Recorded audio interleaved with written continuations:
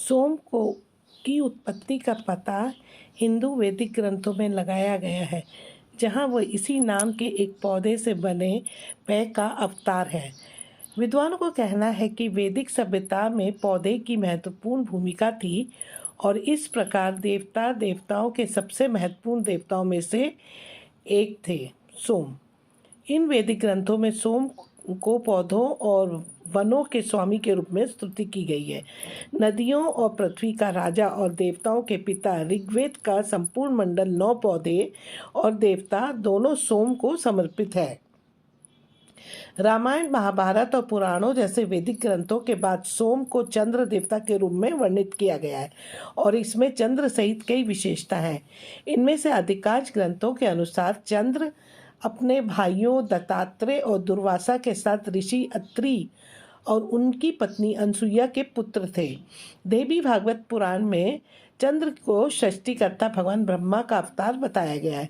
कुछ ग्रंथों में चंद्रमा को के जन्म के समय में अलग अलग बातें बताई गई हैं। एक ग्रंथ के अनुसार वे धर्मपुत्र हैं, जबकि एक अन्य ने प्रभाकर को अपने पिता के रूप में उल्लेख किया। शास्त्रों में चंद्र के बारे में कवंदितियाँ बताई गई हैं। पुराणों के एक संस्करण में चंद्र और तारा दोस्तों तारा देवी जो थी वो देवों के गुरु बृहस्पति की पत्नी थी। तो चंद्र और जो तारा थे एक दूसरे के प्यार में पड़ गए। चंद्र ने उनका अपहरण कर लिया और उसे अपनी रानी बना लिया। कई असफल शांति अभियानों और धमकियों के बाद बृहस्पति ने चंद्र के खिलाफ युद्ध की घोषणा की। देवों ने अपने गुरु का पक्ष लिया, जबकि बृहस्पति के शत्रु और असुरों के शिक्षक शुक्र ने चंद्र की सहायता की। ब्रह्मा के हस्तक्षेप के बाद युद्ध बंद कर दिया गया। तारा गर्भवती अपने के पास वापस आ गई।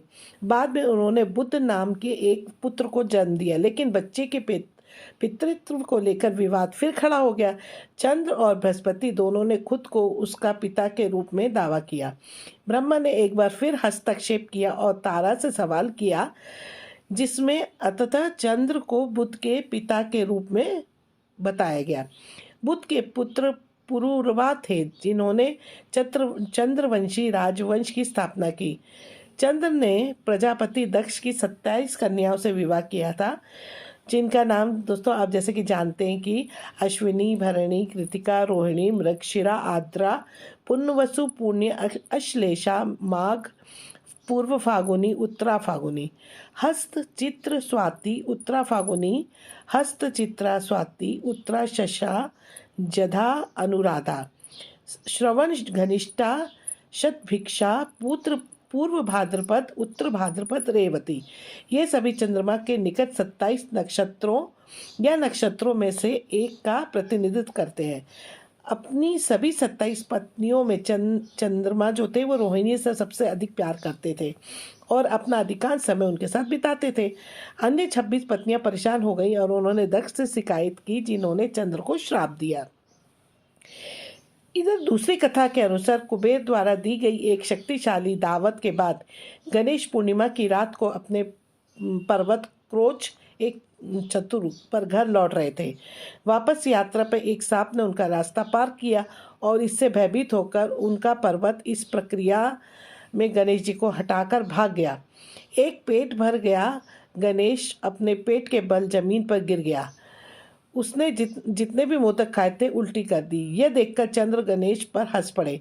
गणेश ने अपना आपा खो दिया और अपना एक दांत तोड़ दिया और उसे चोट पहुंचाते हुए सीधे चंद्रमा पर फेंक दिया और उन्हें श्राप दिया कि वह फिर कभी पूर्ण नहीं होगा। इसलिए गणेश चतुर्थी पर चंद्र दर्शन करना वर्जित है।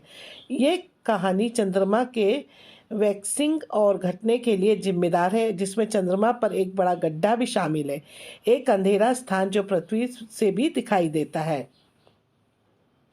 दोस्तों जैसा कि हम जानते हैं कि जल के देवता चंद्रमा, मन के कारक चंद्रमा, सभी 27 नक्षत्र के स्वामी चंद्रमा है।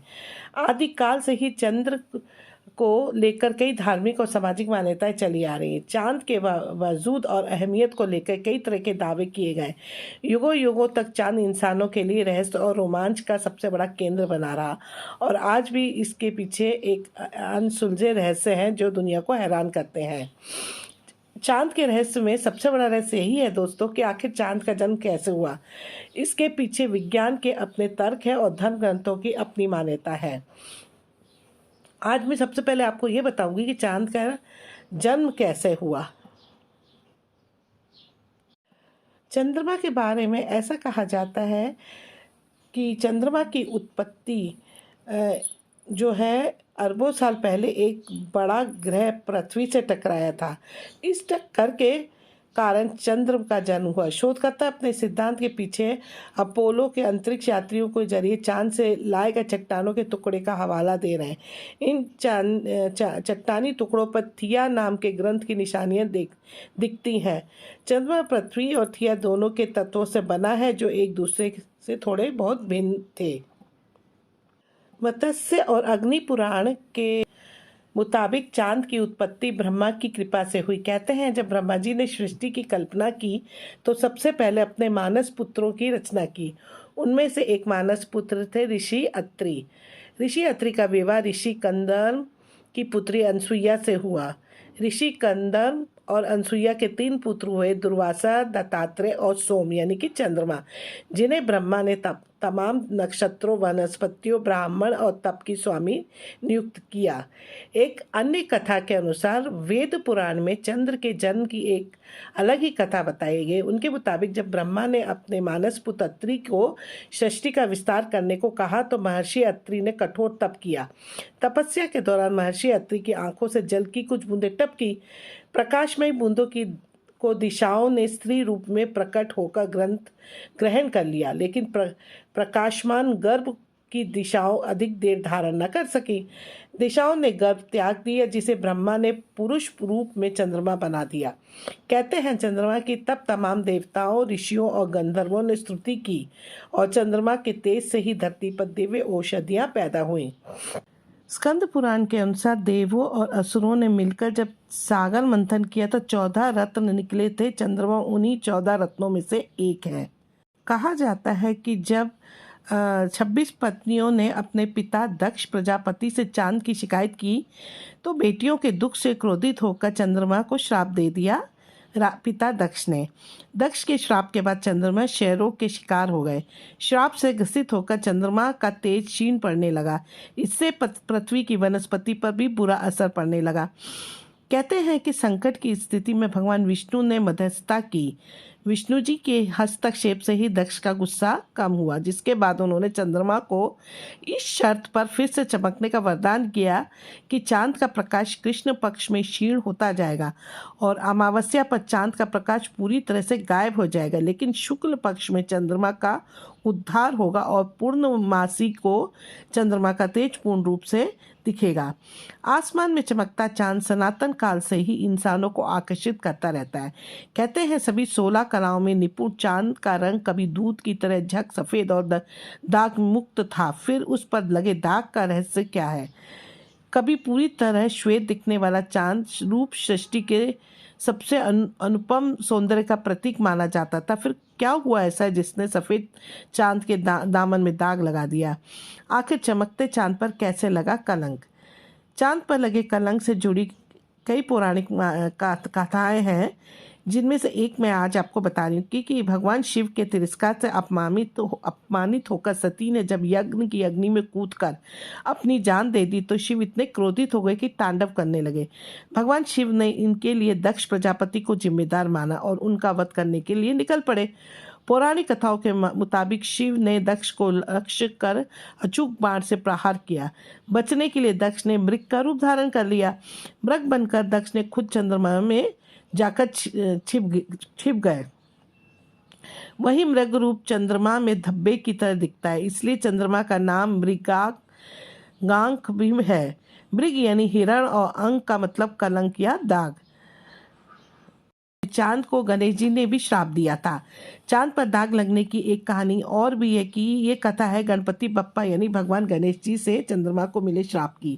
कहते हैं कि एक बार चंद्रमा को अपने तेज और रंग रूप पर इतना अभिमान था कि उन्होंने एक बार गणेश जी का भी अपमान किया, जिसका नतीजा उन्हें श्राप के रूप में भुगतना पड़ा।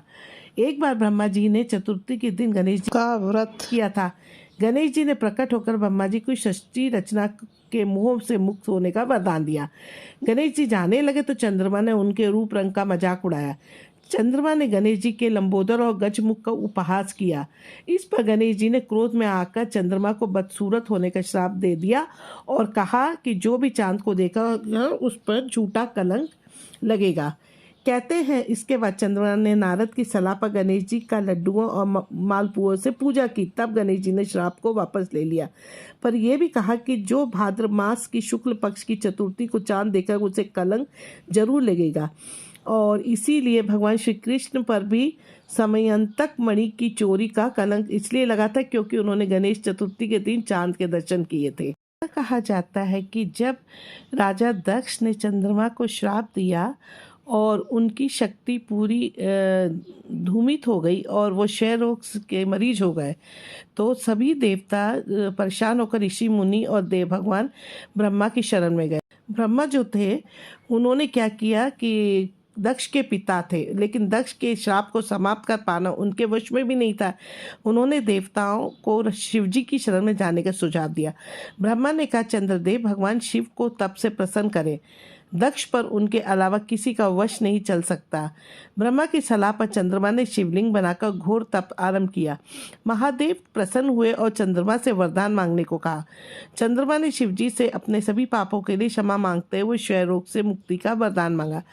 भगवान शिव ने कहा कि तुम्हें जिसने श्राप दिया है वो कोई साधारण व्यक्ति नहीं है, उसके श्राप को समाप्त करना संभव नहीं, फिर भी मैं तुम्हारे लिए कुछ ना कुछ करूंगा। जी बोले, 1 महीने में जो 2 पक्ष होते हैं उनमें से एक पक्ष में तुम मेरे वरदान से निखरते जाओगे, लेकिन दक्ष के श्राप के प्रभाव से दूसरे पक्ष में क्षीण होते जाओगे।